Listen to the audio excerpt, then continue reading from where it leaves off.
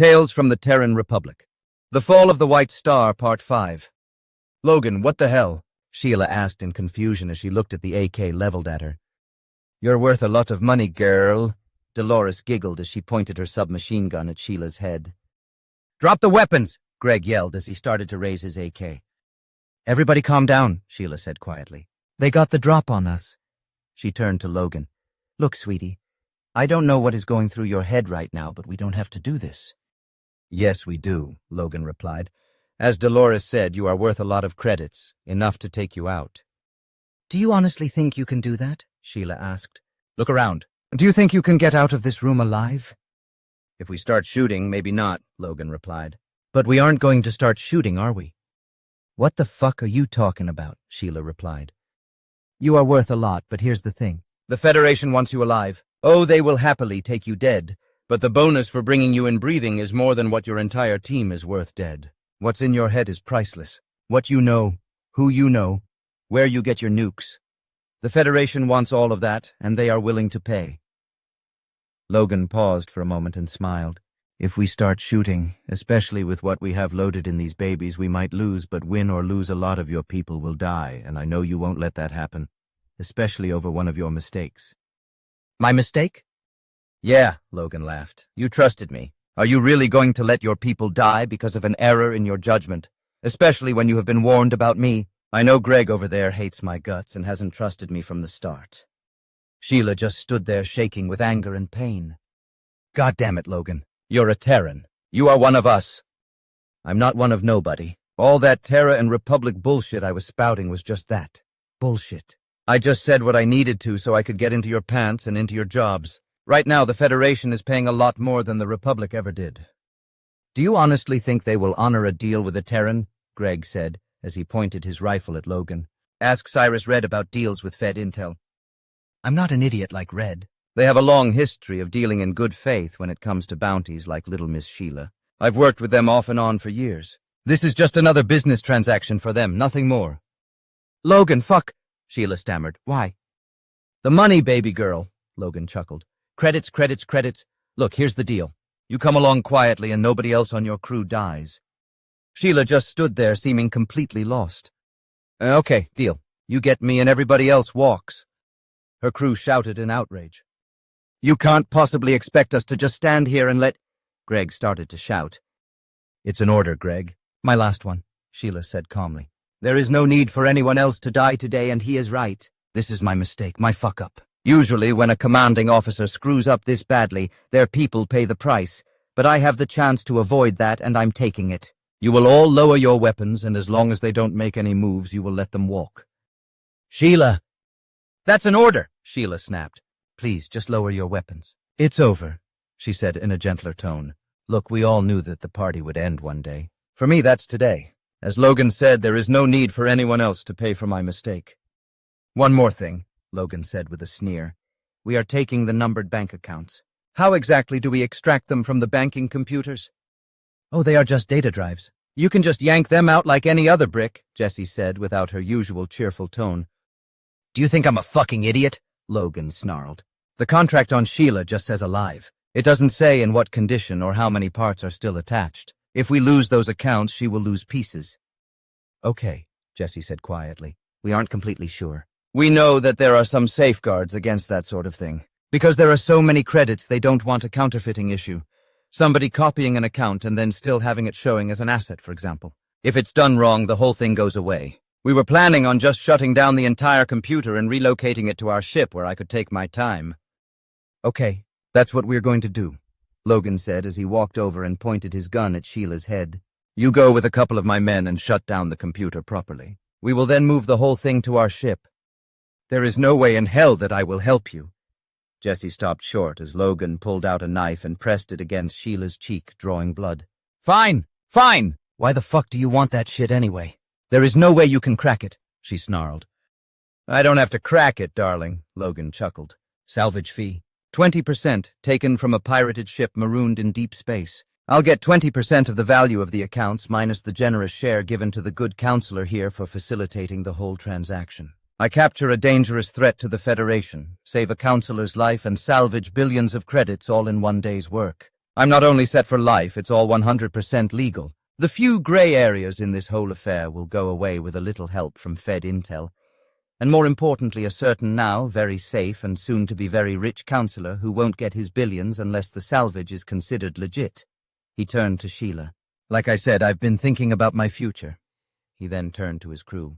Toby, Sue, go with Jessie here and keep an eye on her. With that, Toby, Sue, and Jessie all left the room. The rest of us are going to my ship, Logan said. Don't get in our way and there will be no problems. Radio the teams and have them move away from the cargo hold and into the promenade, Shelia said in a subdued voice. Let's try to keep some order. Yes, ma'am, Greg said quietly as he lowered his weapon and raised his communicator. They managed to keep all of the squads out of the way and out of the loop as Logan and Sheila made their way to the docking bay, Counselor Morgan in tow. As the door to Logan's ship opened, he turned to the counselor. Counselor. He stood aside with a little bow, gestured towards the open hatch. One moment, the counselor said, and he turned to Sheila. Oh, you are going to pay. I will see to it. You are going to fucking pay. Oh, and one more thing! He balled up his fist and punched Sheila in the face. Sheila staggered back, but didn't otherwise respond. She just spit the blood from her split lip onto the deck. Nice punch, counselor, but let's not push things, Logan said as he nervously looked at Sheila's enraged crew. Just get into the ship, now. Last chance, Logan, Sheila said quietly to him. Last chance. For what? Logan sneered as he shoved her into his ship. Okay, Logan said as he walked into his cargo hold. You sit right here, he said to Sheila as he pushed her onto a bench running alongside the hold, and then he handcuffed each arm and leg to chains running through the bench framework. Sure you don't want me up front where you can keep an eye on me, personally? Sheila said with a sweet, innocent smile. Yeah, you'd like that, wouldn't you? No, I think I would prefer a nice thick bulkhead between you and anything remotely vital. You stay back here. Oh, you're no fun at all. Out in the docking bay, Helena just looked at Sheila's crew completely dumbfounded. And you are all just going to let them take her? Helena asked, almost outraged. She is our commanding officer and she gave us an order, Roberts replied. Sometimes you get orders you don't agree with, orders you absolutely hate, but you follow them. I don't understand. She is one of your crew. We decided from the start that we would keep a military structure, and this is part of that. If you start second-guessing and only following the orders you like, then everything falls to hell. But, look, it might be hard to understand, but you have to trust the system and trust her. This was her call. We have to accept it. The doors opened and Jessie entered, followed by two of Logan's crew, Toby and Sue, who were pushing hovercarts loaded with computer equipment. Once inside the bay, Jessie flipped them off and rejoined her crew. They were watching me too close, Jessie said. I couldn't do shit. They got everything. It's okay, Jessie, Greg said, patting her shoulder. We've lost a lot more than a few credits today. It's not that, Greg, Jessie wailed. They caught me when I tried to slip a beacon in one of the drive bays. I thought... It's okay, Jessie. It's okay. Jessie burst into tears, falling to her knees and sobbing loudly as the cargo hatch to Logan's ship closed. His engines flared to life, and his ship lifted off and sped from the White Star. As the ship streaked off into the endless night, Jessie stopped crying. The tears were a nice touch, Greg said with a chuckle. Thanks, Jessie chirped. I learned to cry on command back in my juvie days. Helena looked confused. Roberts patted Helena on the shoulder and said with a cold smile, Remember when I said that Gloria was nothing compared to Sheila? Woo! I can't believe that worked, Clara, Logan's second-in-command exclaimed as they fled the White Star. I told you it would, Logan laughed. Everyone is so scared of Sheila, but she is human just like anyone else. Find the right button, push it, and they crumple. There was no way she was going to let her people die over what she thought was her fuck-up if she could help it. Logan said as he wiggled his flight controls. What? Clara asked. Oh, the ship is acting a little funny, a little sluggish. We aren't getting much more than 2.5 G's worth of acceleration. Weird. Let me check, Clara said as she pulled up some displays. Well, everything looks okay, but the power output of the reactor is a little low. It says everything's okay, though. Meh, we will check it out after we jump, Logan said, and then laughed. Fuck it. We will just buy a new ship. His crew laughed along with him. Logan swiveled in his chair and turned to Counselor Morgan. How are you holding up, big guy? I was captured, beaten, nearly killed, and am now sitting in piss-soaked pants. I feel fucking great. He laughed. Christ, what a fucking day. Oh, tell me, what is Fed Intel going to do to that bitch? They won't just break her, they will turn her. They will systematically drug and torture her until her will completely breaks, and then they will rebuild her psyche bit by bit, turning her into a humble and loyal pet, after which she will happily betray everything and everyone she holds dear. Splendid. I think I just may have to get access to the footage. Perhaps I will pay her a visit after she breaks. I could use a new bedside pet. That's the spirit, Logan laughed. I knew I would like you. Now, Logan, was it? The counselor said in a happy, friendly tone. Let's talk about those billions of credits you mentioned. Sheila lounged in the cargo bay, trying to get as comfortable as she could. She looked at the guy they had back there with her. Hey, kid, Sheila said to him. What? So what's your name? Haven't seen you on Logan's crew before. Toby, he said stiffly as he clutched his rifle. Relax, Toby, I don't bite. They warned me about you. Don't try nothing. Oh, they did? What did they say? They said that you would behave yourself until we lifted off and then all bets were off and that you were fucking dangerous. Good call. They are absolutely correct, but as you can see, Sheila said as she wiggled her arms, I'm quite secure. Can you at least re-engage your safety? You are making me really nervous. We are going to be spending a few hours together, so at least try to relax. A few hours? However long this trip will take, I mean. A few hours is a figure of speech. Oh, okay. So how long have you worked for Logan? A few months. So not long then. I guess that's why he left you back here with me. You're the disposable one. I am not. Sure you are. You're the canary. Canary? Back in ancient times, when people mined deep in the earth, they would bring along a little bird, a canary. If the air started to go bad, the bird would die, and that would be an alarm for the miners, the actual valuable people, so they could take appropriate action. Tell me, Sheila said with a smile, are you wearing a vitals monitoring device? Toby shifted uncomfortably. As a matter of fact, he was. See? You're totally a canary. When I kill you, sorry. If I were to kill you, which I am totally not going to do, they get an alarm. Don't feel bad. The new guy is always the canary on Logan's crew. That's why they are always hiring. Bullshit. Fine, don't believe me, Sheila said as she watched him grip his AK and back away from her. Yeah, something is definitely wrong with the thrusters, Logan said as he shrugged. I've run diagnostics twice and everything checks out, though, Clara replied. Hey, Dolores, she asked. How much longer before you are ready? Not long, she said. This first jump is just to get away so it doesn't have to be that precise.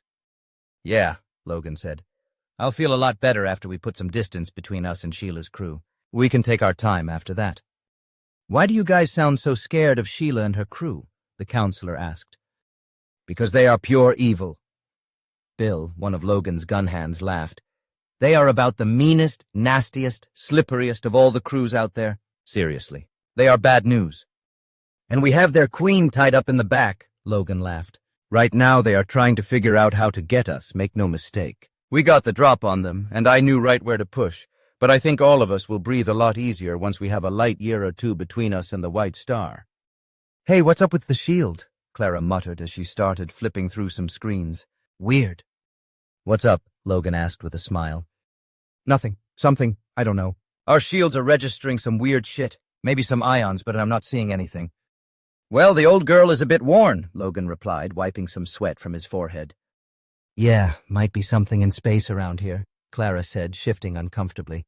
Hurry up with that jump, Dolores. Hey, Canary, Sheila said with a smile. Quit fucking calling me that. Okay, red shirt, Sheila chuckled.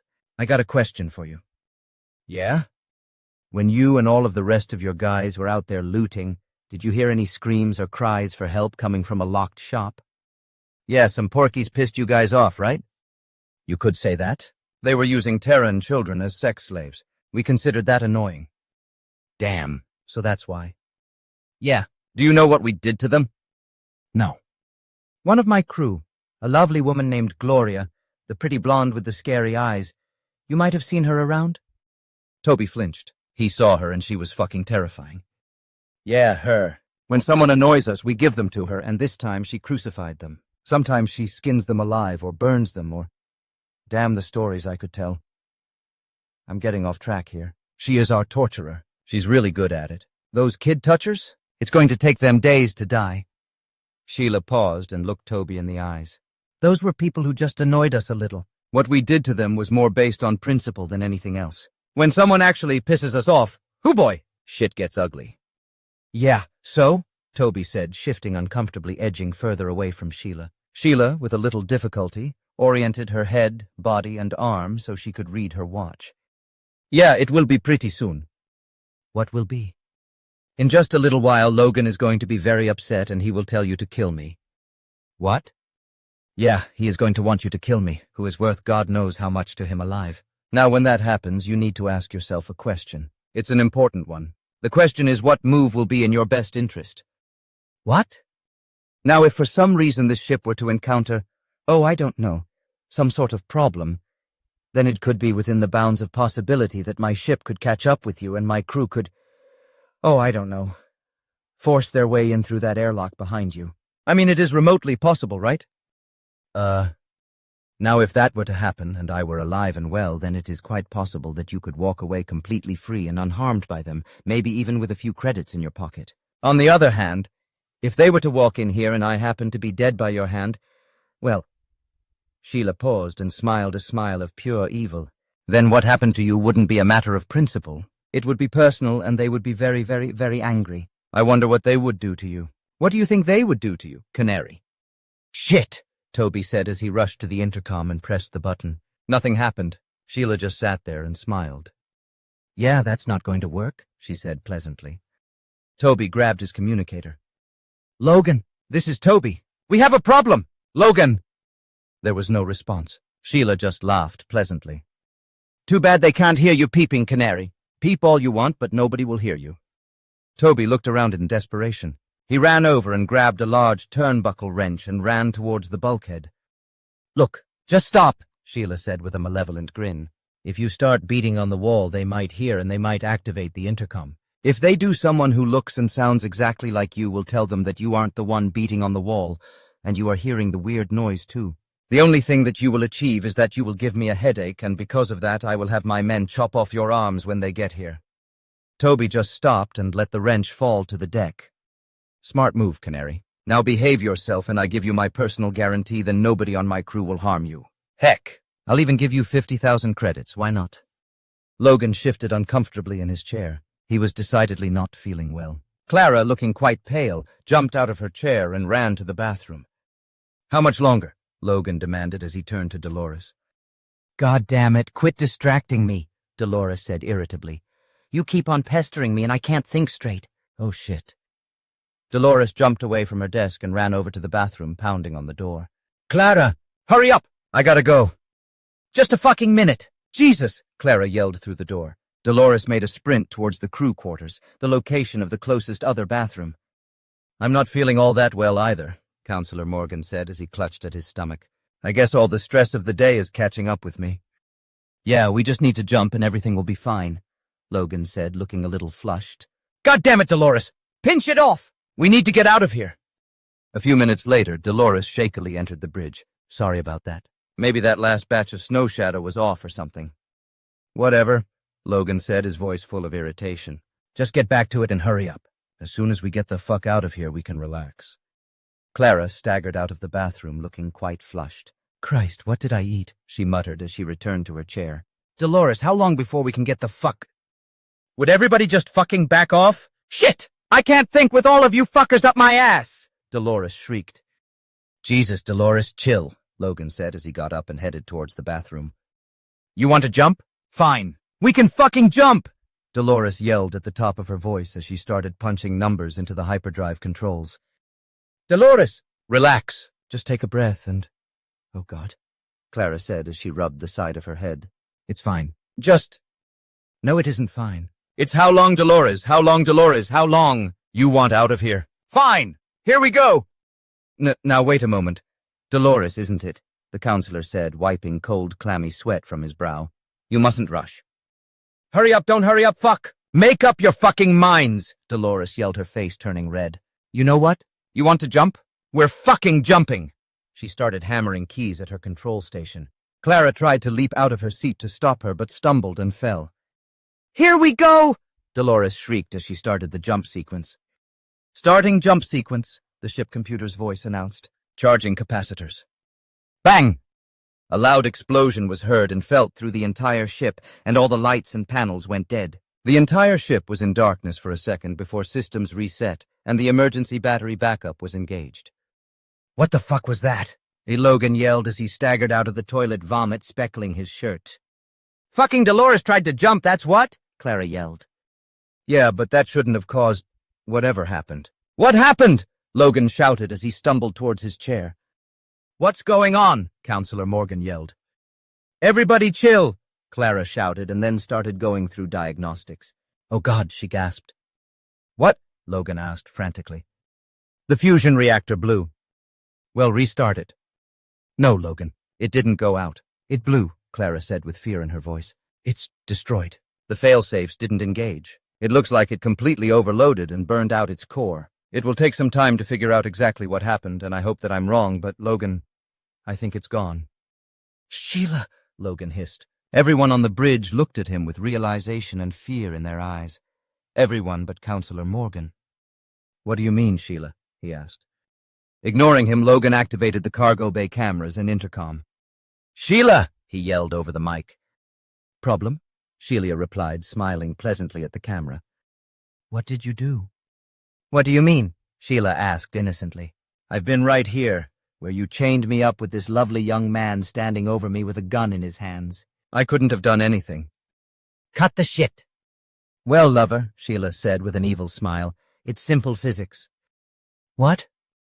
"There are rules by which this universe operates, immutable laws. For example, quantum information is never destroyed. For every action there is an equal and opposite reaction. And my personal favorite, in this universe I don't get fucked. I do the fucking." Sheila looked up at the camera and smiled. "And you, my sweetheart, are fucked. You have 10 seconds to start talking or Toby there puts a bullet in your brain." "Okay," Sheila said as she lounged in her chains. "There are a few key differences between your ship and mine, and they are important, very important. First, my ship has a helium-3, a pure helium-3 reactor. Yours doesn't. Your ship, like almost every civilian ship, uses a deuterium plant. The reactors are cheaper to build, easier and cheaper to maintain, and most importantly, deuterium is dirt cheap as opposed to helium-3. I have always complained about having to purchase helium-3, but after today, I will never bitch again." "What are you getting at?" Logan said angrily. "Well, when pure helium-3 fuses, the products are plain old helium-4 and protons plus some delicious energy. When deuterium fuses, it makes a shitload of neutrons, and I mean a lot of them. This normally isn't a big deal. What we Terrans did was surround the good old cheap deuterium reactors with a force field, much like the ones protecting starships. When the fast, zippy neutrons hit it, they lose energy, and the field gains energy just like when a starship gets hit with a blaster. This is actually a good thing, since in a reactor the overloaded force field is just bled off and the energy is added to the reactor output. It's actually where the majority of the power comes from. Works great! They have a fantastic power output, burn cheap fuel, and are very safe. Now, if something were to happen to that force field..." Sheila paused and grinned at the camera. "Oh shit!" Clara said as she started typing furiously on her keyboard. "Oh, I don't know. Something like its shape changing, for example. Maybe changing from a nice, neat, tidy sphere to a rough parabola." Sheila chuckled. "Well, then the neutrons would just hit it once, give up just some of their energy, and then go zipping off in one general direction." Sheila smiled a pleasant, evil smile. "Care to guess which direction that was? How are you guys feeling, by the way? A little queasy? A little pukey? A little squirty?" "Oh God," Counselor Morgan gasped. "Anyhow, this theoretical compromised reactor would be generating a fraction of its normal power and be squirting neutrons left and fucking right." Sheila laughed. "And if, again hypothetically, if the reactor's load-limiting circuits were disabled and other systems compromised, it would continue to deliver power even if the remaining components were being pushed to the melting point. That poor reactor would be at its very limits, and the second someone tried to charge their jump capacitors, the poor little thing would try to deliver the power, but would in less than a second finally overheat, start to melt, and blow apart." Sheila grinned. "You bitch!" Logan screamed and then doubled over and threw up again. "To Toby," he gasped. "Shoot her. Fucking shoot her." Toby just stood there looking at the deck. "Toby!" Logan yelled. "Old Toby and I have come to an understanding. Since we were both on the right side of that parabola, we have a lot in common, don't we, Tob?" "Toby!" Sorry, Logan, sorry, Toby said as he looked away. Oh, it hurts when you get betrayed by someone you trusted. Sheila chuckled. Stings, doesn't it? I'll kill you! Logan yelled as he staggered to his feet and stumbled to the doorway leading from the bridge. It was locked. That won't work. Your whole ship is locked down, Sheila said with a pleasant smile. In fact, ever since you guys left, Bunny has been running the whole show, even throttling back your thrusters so you didn't blow your reactor early. I wanted to be sure you got your recommend daily allowance of neutrons today. Logan screamed and pounded on the door. How? Clara asked quietly as she drew her sidearm. Tell me, how did you do it?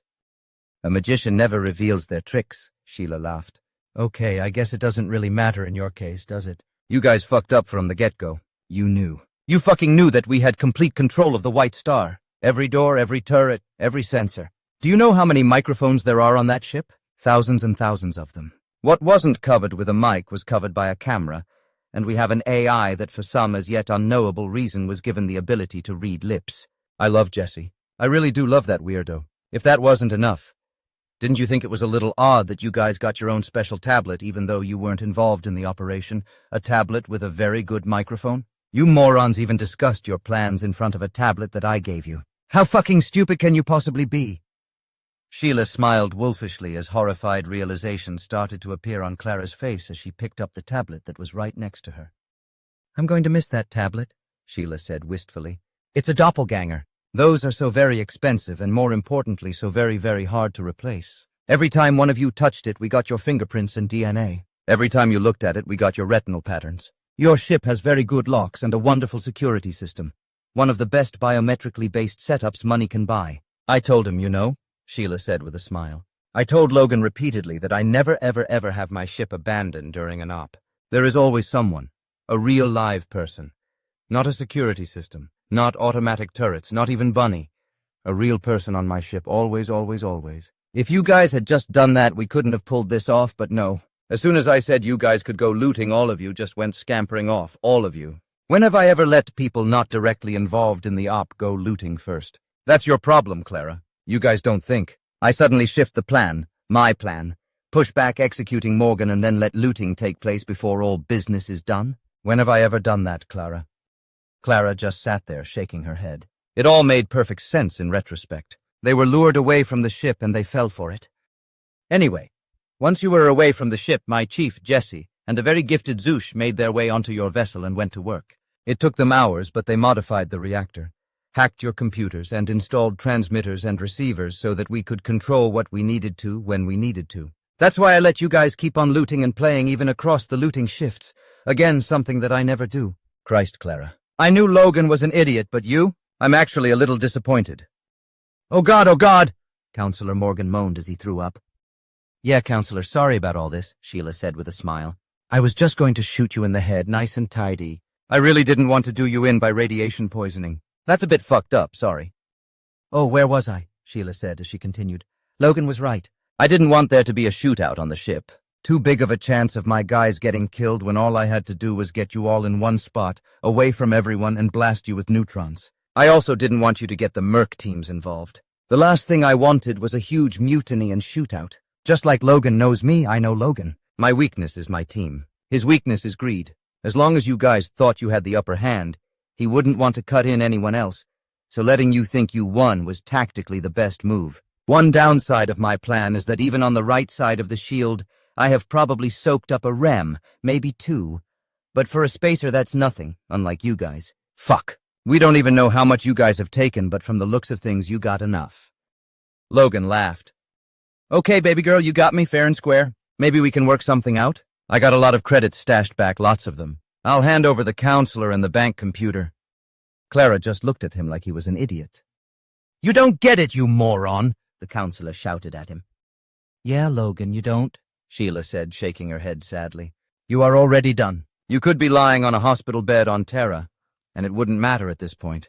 The only thing they would give you is stuff that Dolores already has on her, I bet. You're already dead, lover. Every single cell in your body is going to slowly start to die and rupture.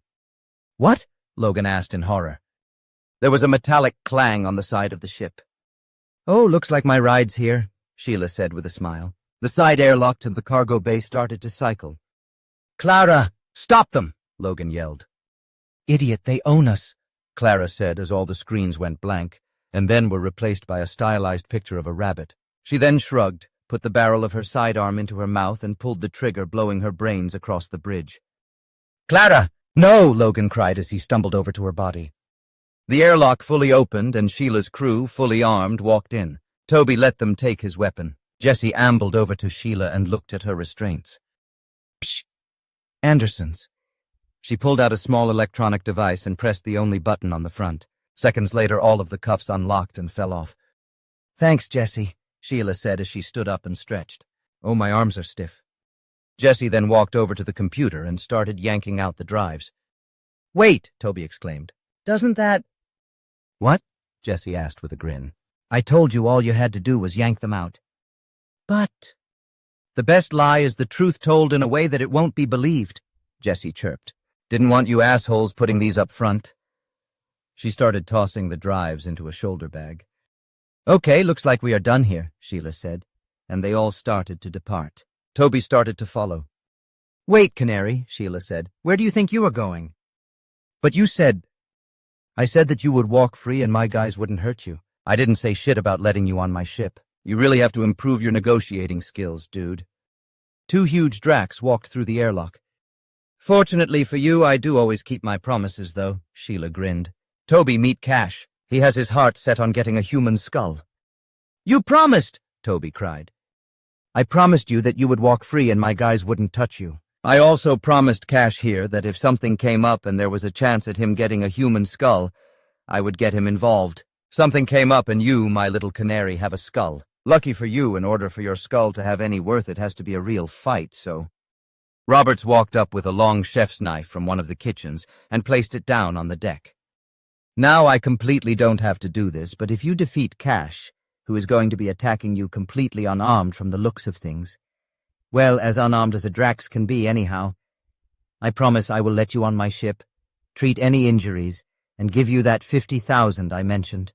Sheila paused at the airlock. I will leave you two kids to get acquainted. With that, she waved and walked onto her ship. Cash was lying on the deck of the Paper Tiger's cargo bay, while Eno was squatting over him with a sensor and a med kit. Damn, Cash, Eno said as he pulled out a suturing kit. You let him cut you up pretty good there. Be sure to make it so they scar up nicely, Volshugna said proudly. My cub's first kill, and it was a human. Not only a human, but a Terran. Yeah, Cash, Eno said as he started stitching up Cash's wounds. That skull and this footage are going to make you quite popular with the ladies. Yes, Cub. You will be swimming in pussy. You will be rolling in it. Fuck, Cub, you will be running from pussy. So much pussy. Volshugna threw back his head and yelled. Rah! Pussy. Father, please. Yes. Don't be afraid to call for help. Volshugna howled with laughter. Father, please. Help me with all this pussy. Just think of it, Cub. Going from being a virgin to being buried in big, shaggy, nasty, stinky Drax pussy. You will never have to touch yourself again.